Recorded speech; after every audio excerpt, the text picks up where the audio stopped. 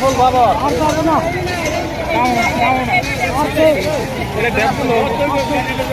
একটু বাঘ ঘুরতে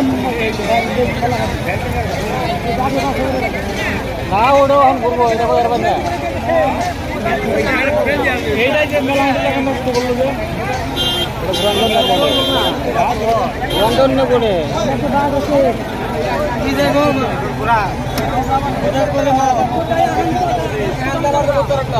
খারাপ দিলে আরে দুটো কাছে বলছে এইটা তো টানতে